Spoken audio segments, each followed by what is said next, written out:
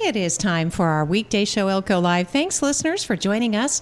Today, we're getting an update in Elko County school news as we're getting ready for the first official day of summer, which is Friday, but school's out for summer. But the administrators are still hard at work. CJ Anderson is here, our school superintendent. Thanks for being here, CJ, and I know we've got a lot on today's agenda. Yeah, hi, Lori. Thanks for having me back. And, excited to talk about the many things going on, because even though kids are home, doesn't mean there isn't a lot happening in our buildings, and especially, like you said, at the administrative level. It's almost like if you've ever seen the movie Elf, when Santa is done delivering all the Christmas presents, he gets back to the North Pole, and he kind of celebrates with all the elves, and then he says, and now it's time to start getting ready for next Christmas. And they all start building toys again, right? And that's kind of how it goes with us. Almost as soon as we're done, we're geared up and getting things ready for the next school year. So we're happy to be doing that. Yeah, thank you, CJ, and again for being here. So we'll start off by saying, as far as legislative news, not much to report yet, because like most agencies and entities, the school district and school districts around the state still waiting for the final interpretation of what was or maybe was not accomplished, or what was vetoed possibly.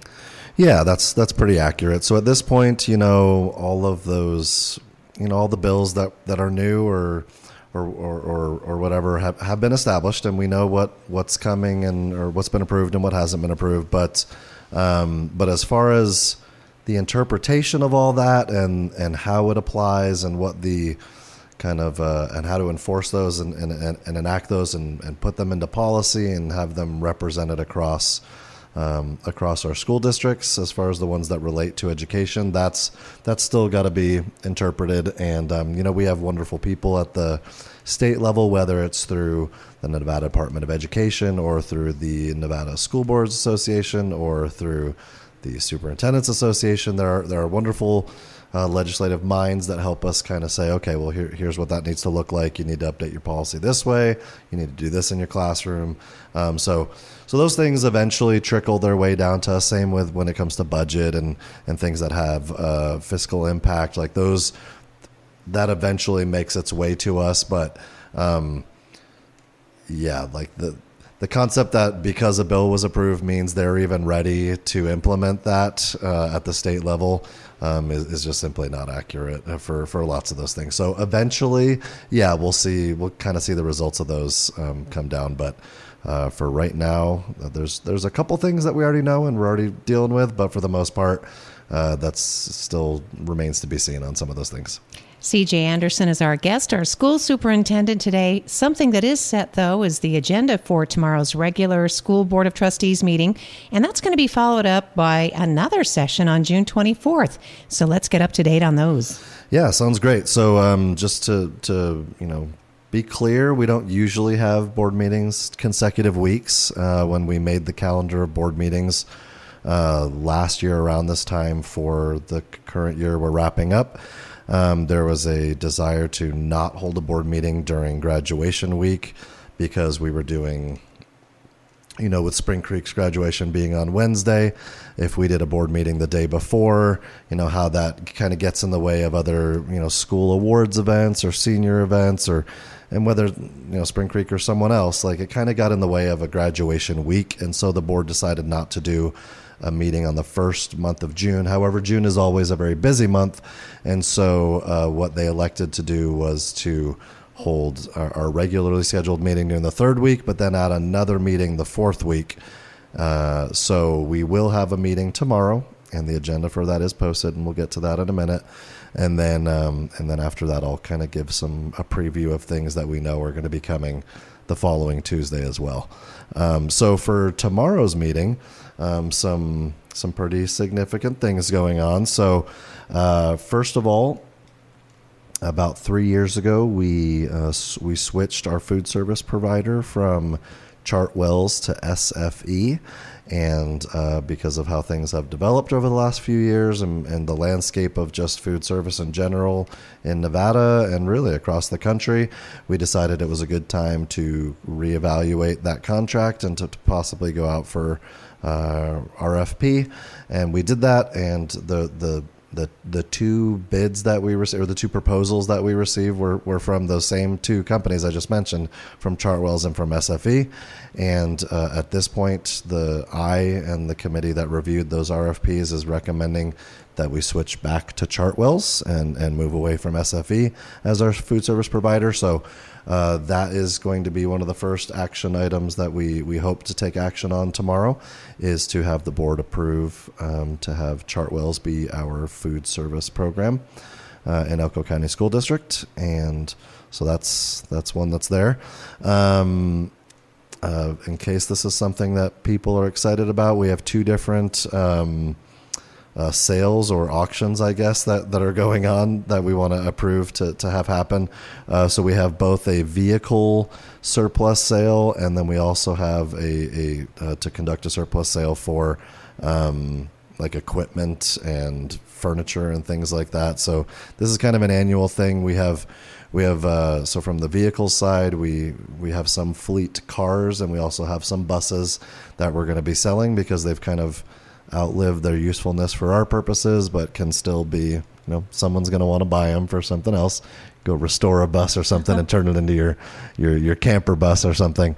So we have those vehicles that will be, assuming this gets approved, then we'll have a sale that happens. And then as far as the surplus sale of equipment and furniture, it's kind of neat. Like if, I don't know if, what you're in the market for, but there's anything on that list from tools to a golf cart to file cabinets to other types of furniture, to other types of equipment. You'd be surprised. I mean, when you think about the array of because in a school district, you've got kitchens, you've got classrooms, you've got all sorts of facilities, you've got a department that with tools for work and shops and things like that. So we've got any number of things. So if you want to check out the agenda and see the attachment there, it lists all the items that we're going to be going to surplus sale for. So that could be interesting to someone. The next kind of important one that we're going to hopefully have approved there at the meeting is the capital improvement plan. So we have a 5-year CIP, and we do this every year. So it's like a rolling 5-year CIP. So projecting what those most important projects are going to be for our schools. And this is an ongoing thing that we talk about every year, and it even involves at the county level. There's a panel that kind of oversees what we do with our capital improvement plan, and this is an important one because we are now a year removed from the county imposing, or not imposing a tax, but reallocating a 20-cent tax to go to school district capital improvement funds. And so we're proposing what we would do with those funds, and hopefully use the capital improvement plan to apply for a match for those funds from the state, from AB 519, which was a bill at the last legislative session 2 years ago. So we have such projects on there as Elko High School needing new boilers, wrapping up the last little bits of the Spring Creek High CTE building. Grammar number 2 is in need of a mechanical upgrade. Grammar number 2 also having an office relocation. Jackpot Combined needs a mechanical upgrade.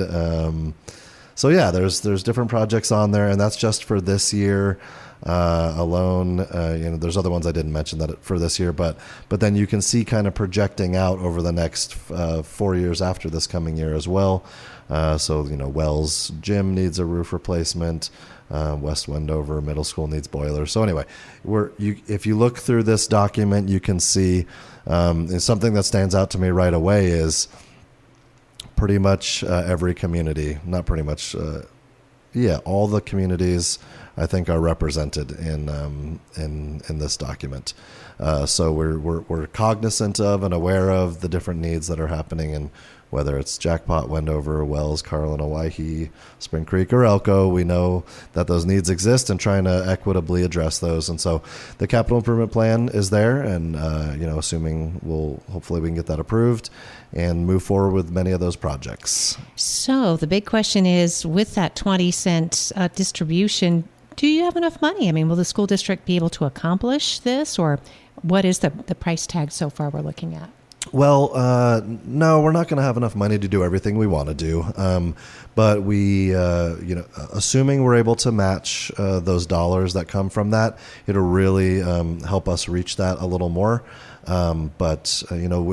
The things that we have, the capital improvement plan is always an interesting document where it's not contractual, right? Like, we're just making projections based off of the state of our buildings and how much money we think we have and are going to have. And so there's a lot of assumptions being made here. Like, number one, you're assuming, something somewhere doesn't just fall apart all of a sudden, or like, we can't anticipate. We had something happen a couple years ago. I don't know if you remember this or not, but there was a car that ran into Southside School. I don't know if you remember that. Yes. Well, that put a hole in our classroom, right? Like, we don't know that's going to happen. So on our capital improvement plan that year, we didn't have patch the hole in the wall where a car drove through the building, right? Right. But you had an emergency fund, hopefully. But there is something on our capital improvement plan that says ADA, other renovations, and mechanical upgrades. So we have like a fund there that helps address those unanticipated issues. And so,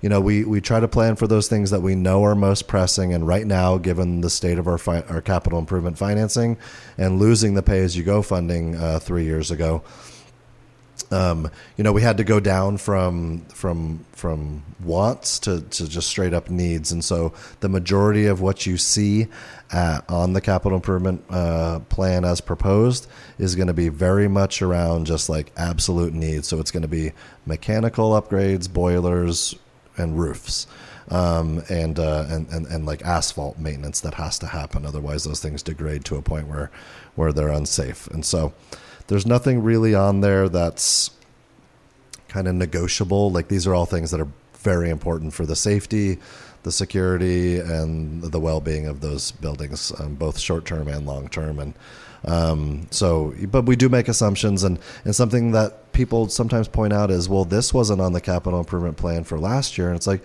yeah, that happens. At any given point in time, your priorities from a physical standpoint change just depending on what's going on and what broke down during that winter, or what maybe was there as maybe a need for next year. We've now projected that out for 2 or 3 more years down the line, just because we think we can kind of limp by for a little while on that, given the state of funding.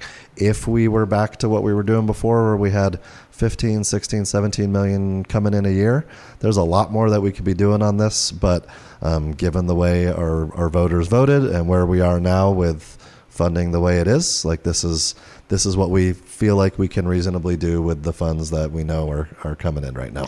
And that's my next question, just before we shift gears as far as what's on the school board agenda. Talking with CJ Anderson, our school superintendent, is about how much money a year does that 20-cent tax generate for the schools? That's a great question. I don't have a specific number answer to that, because the way that works is there's usually about a 30 to 60 day kind of delay with when that money comes in. So none of that money goes directly to us. The county, because as a reminder, the county is collecting that money and they are just redistributing it to us. So our good guess right now is that 20 cents over the course of this year will have brought in somewhere between $5 to $5.5 million.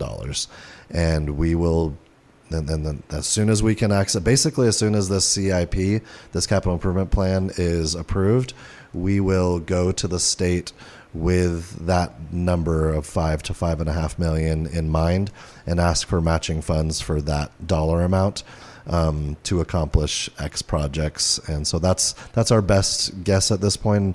And we do that based off of, because those funds come into the county, those tax dollars come into the county every month, and so we can look kind of on a rolling average of every month it's about this much. But obviously it's, it changes every month, a little bit here, a little bit there. So kind of a roundabout guess is $5.5 million. All right. Thanks, CJ, for the update there. Obviously, we can be talking more about this as the year progresses, because AB 519, as you talked about, was the legislation that funded, we have to be clear on that. The way the Owyhee School received the $65 million, and then now we have a rural schools bill that apparently passed, but again, waiting for the dust to settle. That could be $100 million for the White Pine Elementary specifically this go around. So yeah, so that bill, I can't remember how many counties it applies to. I think it's maybe 7, but it's counties of a certain population or less. I think it was about 15,000 maybe. So we're not in there. No, we're not even eligible for that one because we got too many people. The idea behind that bill, which White Pine has been going after for a while, was to help counties that don't have enough of a tax base to even raise funds to, even if they were able to get everyone to vote something in favor, it would take way more time than they would ever have to raise the money for a building. So in a place like Elko, where, obviously it would still be tough for us to raise funds for a brand new building with how much they cost now. But if we look at the Owyhee building, for example, which again, as a reminder, the Elko County tax dollars are not directly paying for that building. That was a state appropriation from a fund.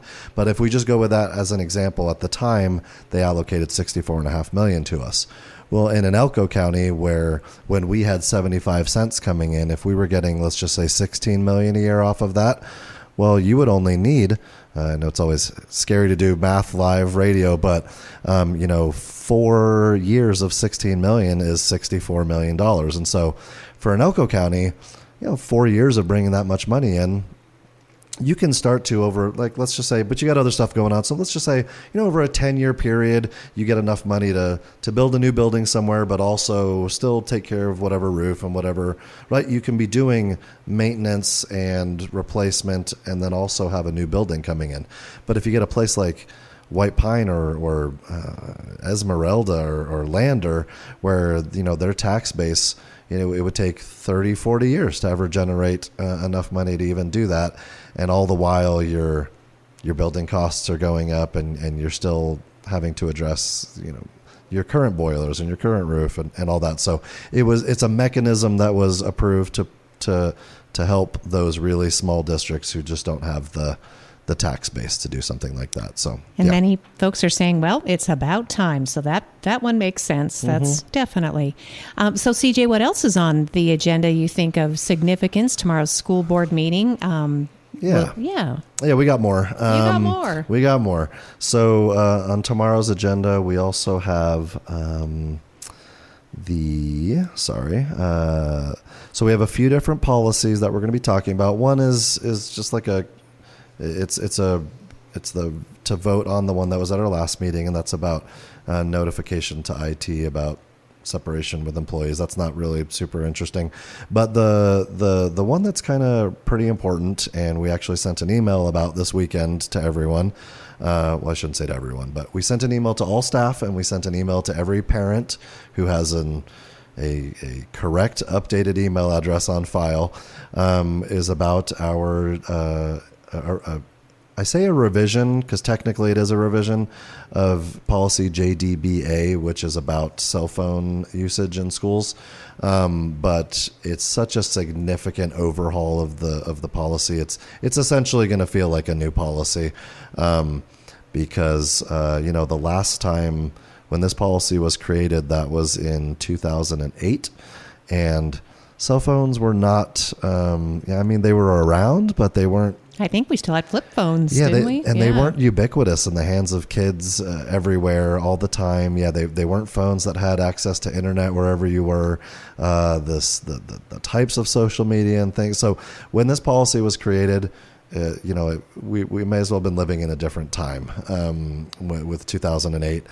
There was a slight revision in 2022 to it, but it wasn't like a significant one. And so the new policy will be significantly different in structure. And what's exciting about this one is we've actually been talking about this policy since last August, I want to say. It was Dr. Byers who brought up the need to probably review this, and you could start to see this wave going across the country of school districts putting up pretty strict, policies around cell phone usage. And so looking at all that, we decided to, first we started with a survey. We took some time to put a thoughtful survey together, and we had a survey for students, we had a survey for staff, we had a survey for community members and families to fill out, and we got great response. We had a little under 3,000 people that responded. So just kind of giving a little bit of a timeline here, and we collected those survey results, and then starting in the spring, we took all those results and started meeting with a committee, and over time, that committee put together a draft of a policy.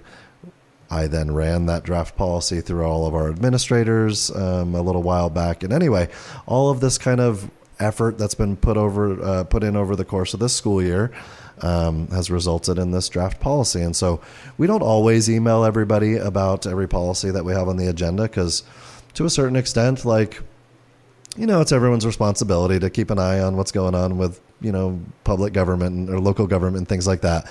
But given that we reached out and intentionally asked for people's input on this one, we wanted to make sure that everyone knew that we were bringing this forward. So this is coming for first reading at this meeting. So if you go to our agenda, there is an attachment with both the old policy as well as the new proposed draft.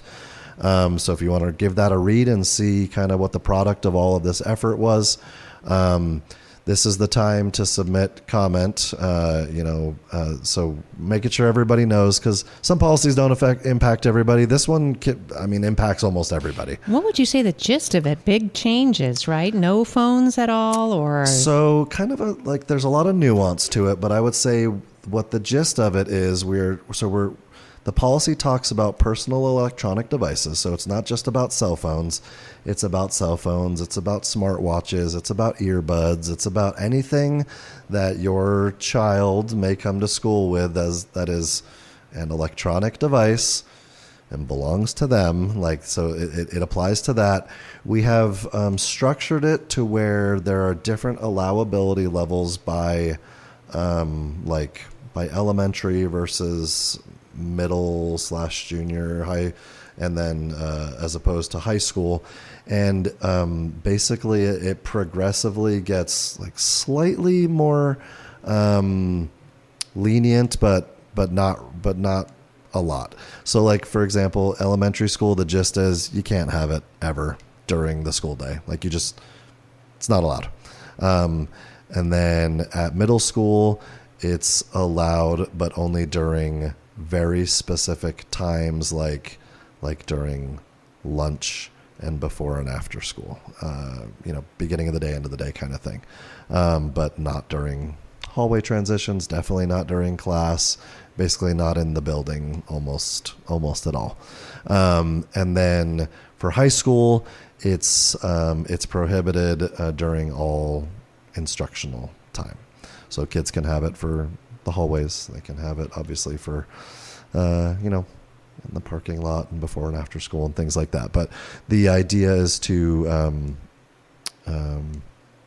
help maintain the focus on the instructional environment. Now, I said that stuff, but the importance is to read through the policy, because there are so many reasons and times for exceptions. Like if your child's device is essential for monitoring a medical condition or something like that. That's a documented need.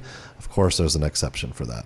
Of course, there's an exception for if you are on the volleyball team and your team is going on a trip to whatever school and that's happening during the school day. Well, yeah, your coach is allowed to let you. So we tried to think of the times when it made sense to have a phone, but kind of the guiding principle throughout was we're not going to have phones interrupting instruction. A teacher can allow for instructional use, a cell phone for instructional use, but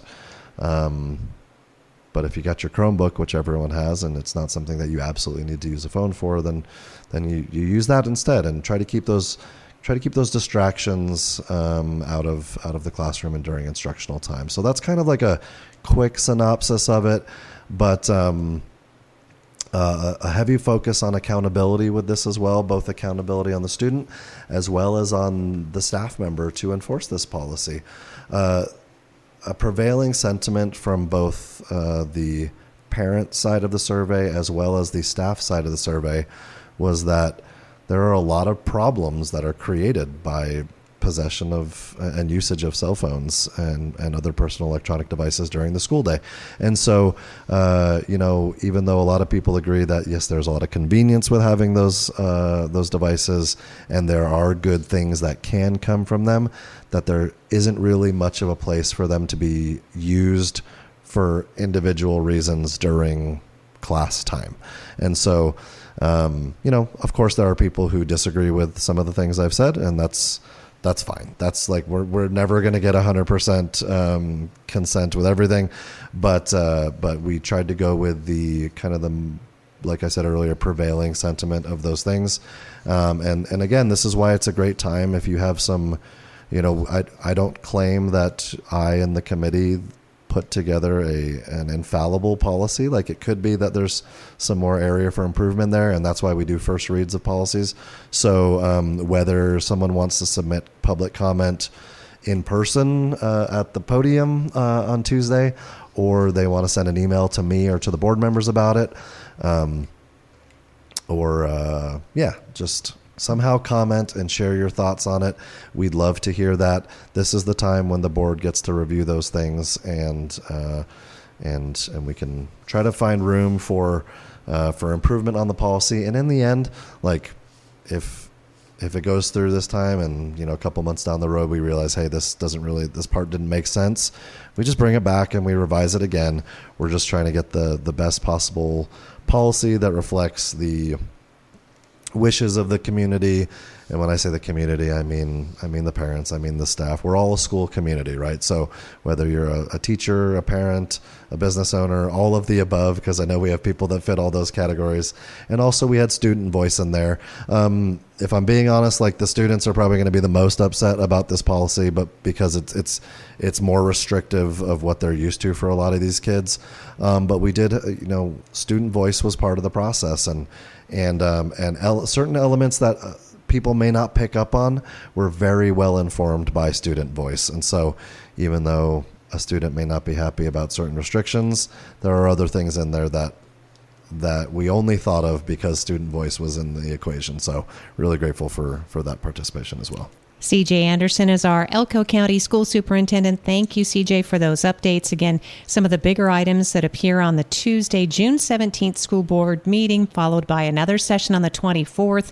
I don't know if there's anything worth mentioning for the 24th at this point, if they're big items or... I'll throw a couple things out there real quick. We don't need to go into detail, but we are going to be presenting the proposed curriculum adoptions for science for both elementary and secondary. There's been a lot of work put into that all year by certain central office staff as well as teachers from all across our district.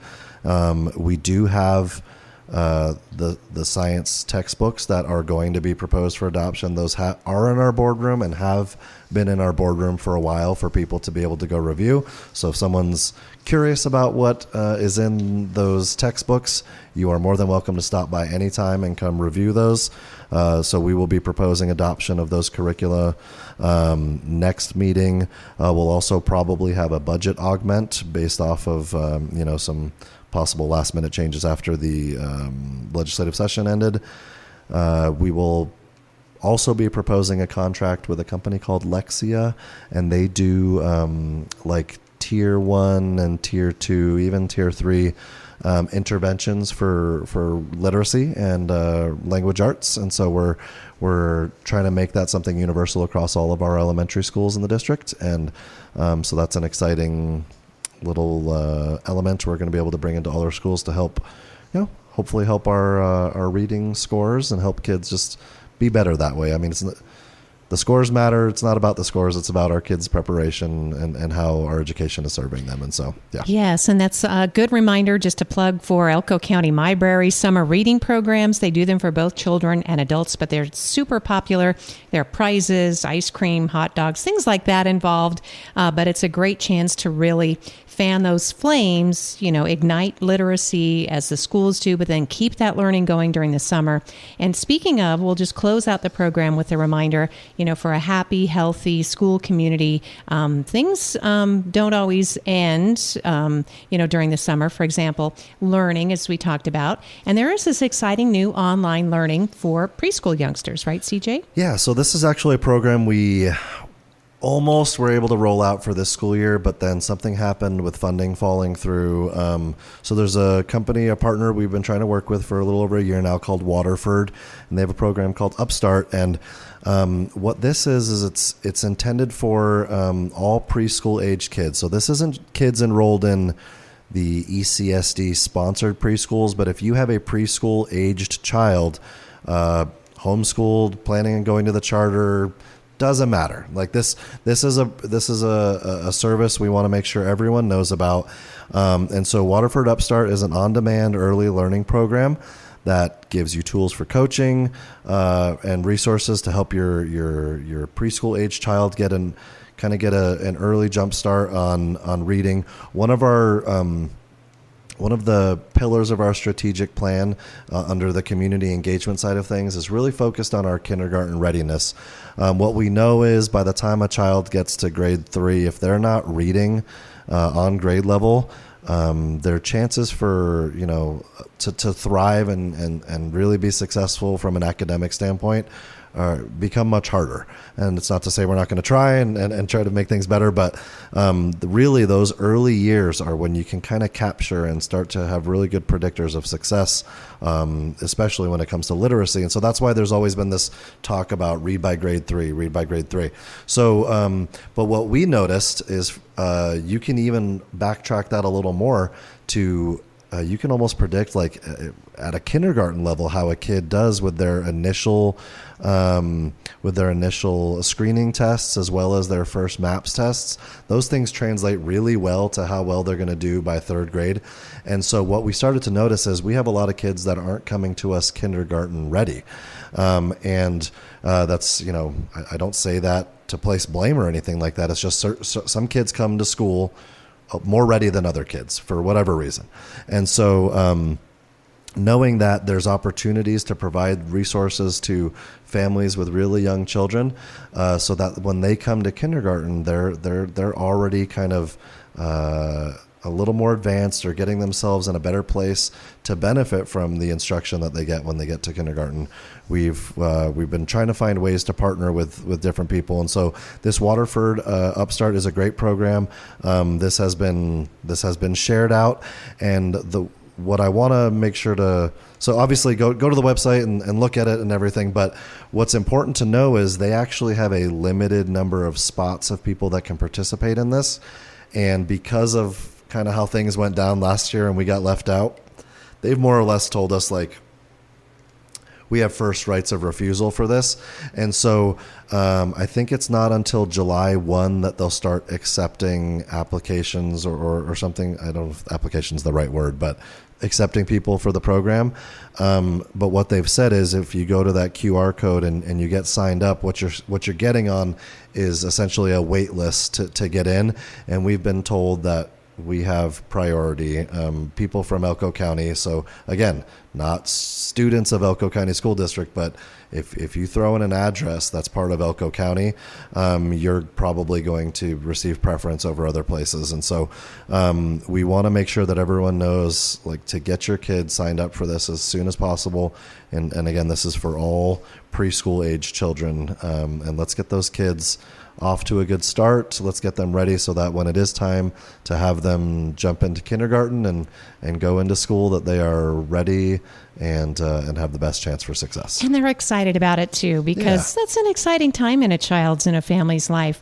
And then just in closing, I just wanted to mention too that breakfast and lunch are being served this summer, Monday through Thursday at Southside Elementary. And for anybody listening in the West Wendover area, West Wendover Elementary through June 19th, so I guess that's only a short It's the rest of program. this week, yep. Rest of this week, but it's for children and teens under 18, not just those who attend schools. But then Communities in Schools is also picking up on the summer meals, and they're making sure they're sending out weekly grab-and-go distribution of 7 breakfast and 7 lunches. This is, again, for all kids and teens 2 through 18. You pick those up Wednesdays from noon to 3 at the Communities in Schools office, which is at 346 7th Street. You need to bring the child with you or have some ID, apparently, or something to indicate that indeed, you are a parent of a 2 to 18-year-old, I guess, CJ. Yeah, you got to have proof of children. Yeah, proof of children. Maybe you have a messy car or something. I don't know what it would be, but or some Cheerios at them or something. Yes, Wednesdays, the Kids Cafe, grab a free meal box for your kids. But every child should be able to eat all summer long, for sure. So, absolutely, just like all people. Well, we got through a lot today. Yeah. Oh, yeah. Very last thing, just want to make sure to say is I know, like, for some people, school feels a long way off. It's not a long way off. We're about 2 months from school starting. And something very important to remind people about is to do your online registration, whether it's a new student to Elko County School District or you're a returning student. Every student needs to be registered online through our portal and Infinite Campus. I'm going to acknowledge that we know that there are hiccups with the system. These online portals are only, they're not magical. They have their nuances and their little pain points and bits of frustration. But regardless, a child still needs to be registered to go to school. So what I would recommend is doing that sooner than later if you haven't done it already. A lot of people have, and that's great, and we appreciate that. But keep doing it. If you experience a frustration while you're working on the system, don't give up. Don't throw your computer out the window. You can either call your child's school and ask for assistance, or if you happen to catch the school during a time when there's nobody there, you can call our central office number and ask to speak with someone about how to get through the registration process. We have an Infinite Campus administrator there who is very familiar with the portal and can help kind of talk people through and troubleshoot issues. So we definitely want to help you through that. Friends of mine and even my own spouse were like, "Hey, CJ, this was a little bit of a nightmare with X part." And I was like, "Oh, I'm so sorry." But even I told my own wife, I'm like, "Did you call the school? Did you call the school and ask them?" And she was like, "Well, no, I was just going to talk to you about it." It's like, well, I am not the best person to help you with the online portal. There are many someones who are way better than me with that. So anyway, we want to help you through it. I can't promise it's going to be painless, but we want to help you get through the process and get your kid registered for next school year. So don't wait until August 17th to get on and register your kid, or it might be a rough first day of school. So yeah, CJ, get on there and do it. Thank you so much. Find out more, ecsdnv.net. School board meets in regular session tomorrow, so Tuesday the 17th, and then the following Tuesday on the 24th. Thanks again for listening for an update in Elko County school news with our Superintendent, CJ Anderson. Thanks, CJ. Thank you.